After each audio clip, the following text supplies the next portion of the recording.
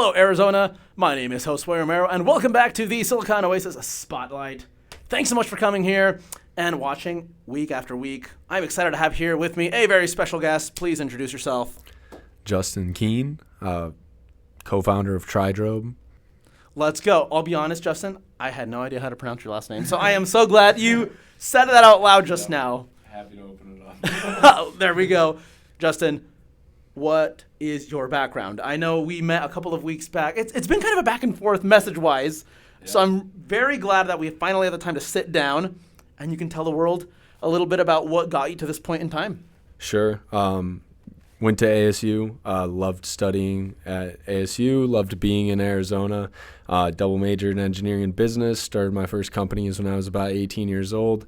And then we started probably our most recent company, longest standing company. I've been a part owner in it about 6 years, in Tuco Digital. It's a digital marketing company. We do all kinds of SEO, web work, and stuff like that. And then recently we rolled that into basically owning and developing our own apps. We had owned and developed websites for people for years. We both had some app development experience, and we finally got into breaking into that market with some apps together, and we're very excited to share about them. Dude, love it. And I know that the journey here to the world of tech, right? I think a lot of Arizona often doesn't come from a traditional tech background. How is it that you broke into it, or have you always been a part of it? Could be wrong here and kind of a spoiler, but you weren't always involved in tech. No. My actually senior year in high school, I stopped being an athlete full time and realized that there was this unique world of tech. And I always knew I wanted to own my own company, and I just had to figure out a way to break into it. So that senior year, I started coding, developing my own apps, websites, and stuff like that. And it wasn't until later where we really got into the tech world, and probably until I got introduced to a couple of communities out here. I think the first one was JamPad, way back when. But yeah, it wasn't. Yeah, shout out Adam. It wasn't up until then where we really got, deep into, the community out here, and we're really trying to build something that, lasts a long time. Dude, that's awesome. What sport did you play? I played basketball, baseball. Basketball was probably my favorite sport, though.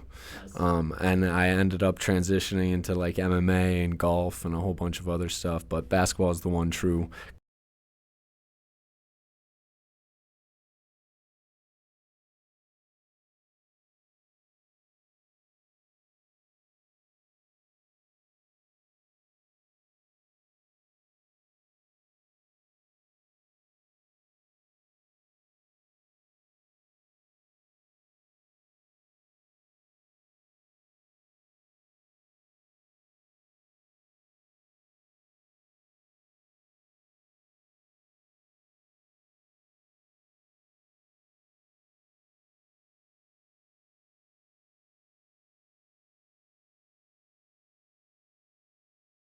Yeah, I think every entrepreneur has their own path, and we all get in and out at times, and in my life, it's shown exactly that. My first jobs, I was running my own companies. I was a caddy at about 14 years old. I went to, washing cars at 16, and then I started, my own businesses at 18. I've been in just about every field. I've gone from sales, engineering, product development, all kinds of different things. I've even, done part-time jobs in hotels and, all over the place, Cool. Just in and out of jobs. And, when it comes that time where you kind of realign yourself and you can get focused on, what you're trying to build, that's when, you come back to reality and, you have that aha moment and you start building something again. But yeah, I mean, my path has been all over the place. Lately, it's been mostly in sales, just trying to get a career, like that really was able to help me build my own businesses, and that was in sales, right? I mean, coming from tech, you build, and you build, but you know nothing about the people that you're serving unless you understand the sales aspect of a business, unless you understand the channels of how to market to those people and effectively know how to sell. You don't really have a business. So that was the number one thing for me getting into sales, is it opened my eyes to just a world of, being able to close deals, and what seemed impossible now is possible, and that's all I owe to sales. That's one of the things I always highlight as a former VC. massive privilege to have done that, by the way. I always like to say that when people are building a product or they pitch me an idea, I ask who's buying it, right? Like who needs this right now? And I know it sounds super cliche obvious. You would be surprised how many people build solutions no one wants. 100% of the time. My first company I worked for, I was working on a product for almost 2 years that had hundreds of thousands of dollars invested in it. Years of time was spent on this product, and all to know that I was going back and forth with my CEO saying there's no product market fit here. Yeah. Like, there's none. And so we ended up building something just, on a shoestring budget that had 3,000 users in 1 month, and that was able to actually do something. But it's not until somebody actually sits down and realizes, like, hey, there is no product market fit here, and maybe I just shouldn't be building this thing. 100%. But nobody tells you that. And I'm glad we're talking about it. Again, you might think, duh, you should build something people want to buy. No. I mean, I think that my favorite example that's most recent is a company called Cluely. I don't know if you've heard of them. I have not. They were a cheat on everything app. Okay. So essentially, it started because some kid found a way to hack how to best apply to universities, and he used that. Got it. And they found out, and then he dropped out of school. He got into Columbia or something. But essentially, he ran with it, and he raised about $15 million in venture-backed funding off this idea of cheat on everything. And now they're, I don't want to just say another note-taking app, virtual note-taking app, but that's essentially what they've kind of dubbed themselves. That's tough. 15 million. Some of the biggest VCs in the world backing this. So, yes, I mean, if you think, you could go either two routes when building something. You build something nobody wants, but you're so well connected that it doesn't matter, so they're going to fund you. 100%. Or you can build something profitable, hopefully from the start, or at least have visions of profitability. Right. And that, in my opinion, is a true venture-backed idea or company, right? But, dude, you hope, yes. You hope. That is the hope. Yeah. Well, dude, Justin, thank you so much for sharing a little bit about your background. The reason I wanted to touch on that is because we're in Arizona. A lot of people who start here, get into tech here, they don't come from that traditional, investment banking, consulting, or et cetera background. And I'm not talking about the Brown University student who studied history and then got into tech. That's not the same thing as, a dentist's son out here selling lemonade over the summers and then going, hey, I think I could take a real shot at this tech thing. So thank you for sharing that, by the way. But now that we know a little bit about your background, what you've built, how you've built it, what's the thing you're most focused on right now? Yeah, so we've built an incredible product line with basically all of our products. But there's one thing that we've really honed in on because we noticed an immediate surge of people going to our site, downloading it. Before we had even launched on the App Store, we had over 1,000 people using our app. And it's called TryDrobe. It's a virtual AI try-on platform where you're able to try on any piece of clothing anywhere in the world. You can do it by screenshotting in, an app like Nike and bringing it over to our app and adding it to your closet, which then adds it, basically to you being able to create styles with that, piece of clothing. You're able to kind of do everything that you would do in a changing room on our app, or you would do, in your closet, which would take you a half hour trying on clothes in our app. So that's kind of what we're focused on building.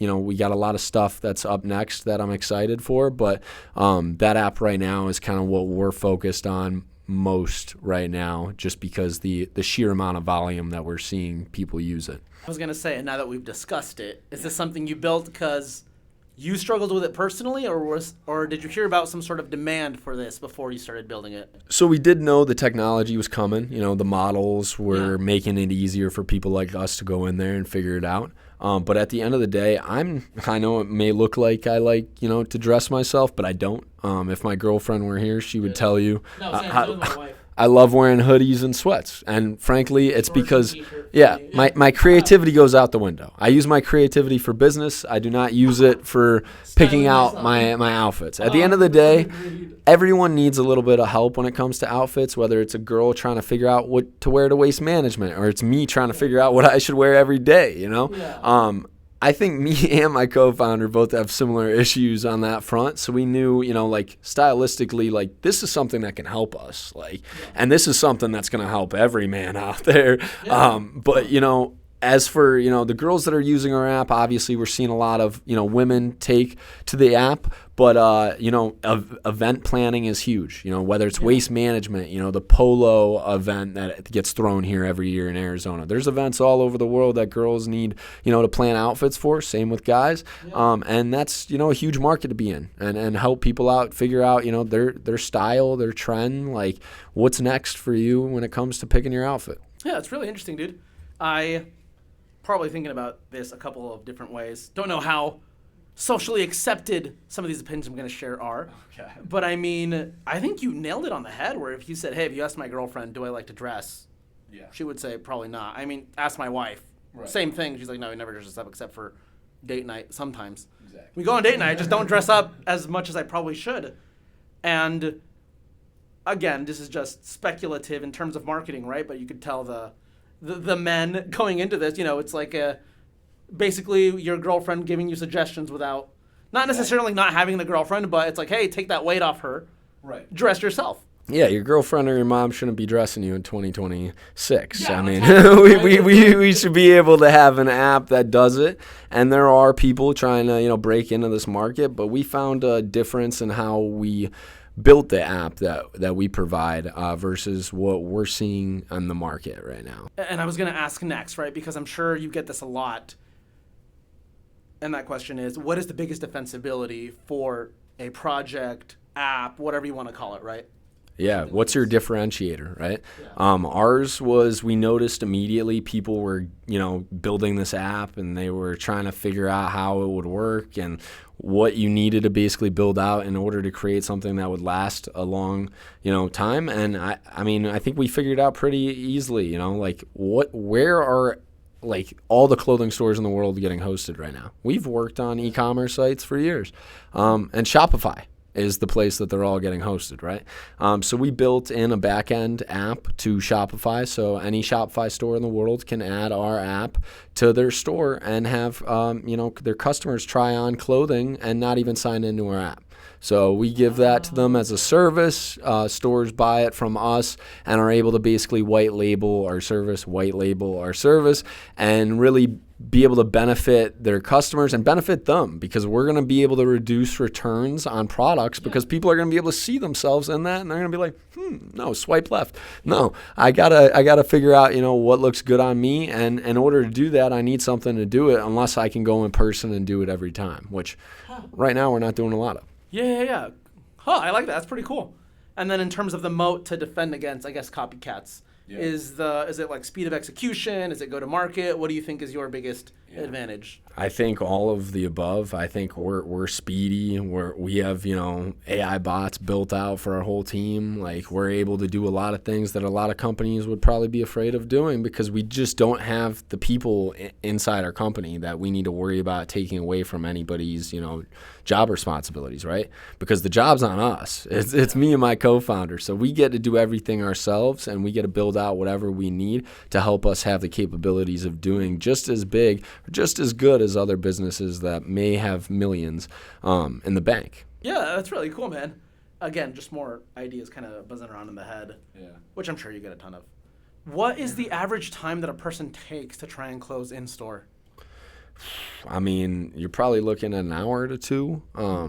Just guessing from going to Neiman Marcus with my mom growing up all the time and being stuck there for 6 to 8 hours. I mean, I can tell you right now, it's probably a little bit longer than that, depending on where you're looking. But it's definitely longer than it takes to try it on with our app. Our app takes about 15 seconds to generate, 20 seconds to generate, and it's getting faster every day, right? And the models are getting better and better and better, and so we're going to be able to offer something that, you would wish would have existed a decade ago, because it would have sped up your process of shopping, and it's just going to reduce, like I said, the returns. I mean, just from a VC angle, right? If you tell someone, hey, if you're the consumer using the app who needs to see what they look like in clothes, hey, you don't need to drive to the store anymore. You don't need to, wait in line awkwardly for your turn at the dressing thing. And just that, right? Me thinking of driving to Kohl's or something and getting it. I like that experience. I grew up I was born in the mid-90s, which means I liked it when department stores were full. But that said, right, for the stores too, it's like, hey, you don't need to have your employees picking up weird smelling clothes from customers and put them on. You don't need to wash them. You don't. There's a lot of 100%. A lot of things you're kind of eliminating in that process for the store and the customer. So my personal opinion on startups and companies is that if you're solving a need to have problem for someone, that's great. If your solution is solving two things at once, that's even better. Again, cliche obvious, but you'd be surprised at what people build that no one even needs. Yeah, being able to solve a B2B problem while also solving a B2C problem is something that we've had that's completely unique to us in any business that we've ever built. Me and my co-founder, I know we launched 2 apps that were both B2C, and while it's fun, going B2C and having all these fun little marketing videos and stuff like that, you make a lot of money by selling B2B. Yeah. And at the end of the day, if you can do it effectively, you have a business that can last a very long time.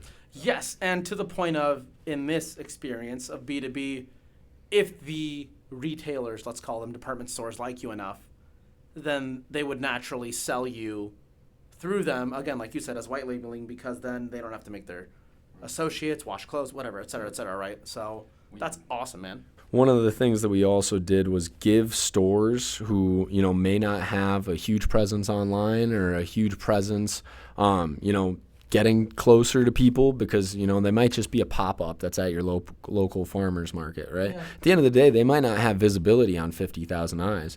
But if we get them on our app and we kind of show them as somebody that's using TryDrobe, the customer on the app is able to go to their website and find a new way to find clothes. Yeah. Effectively, getting rid of, that basically intermediate contact between them. Like they can just directly shop on our site. And what is the traction today? So how long have you been around?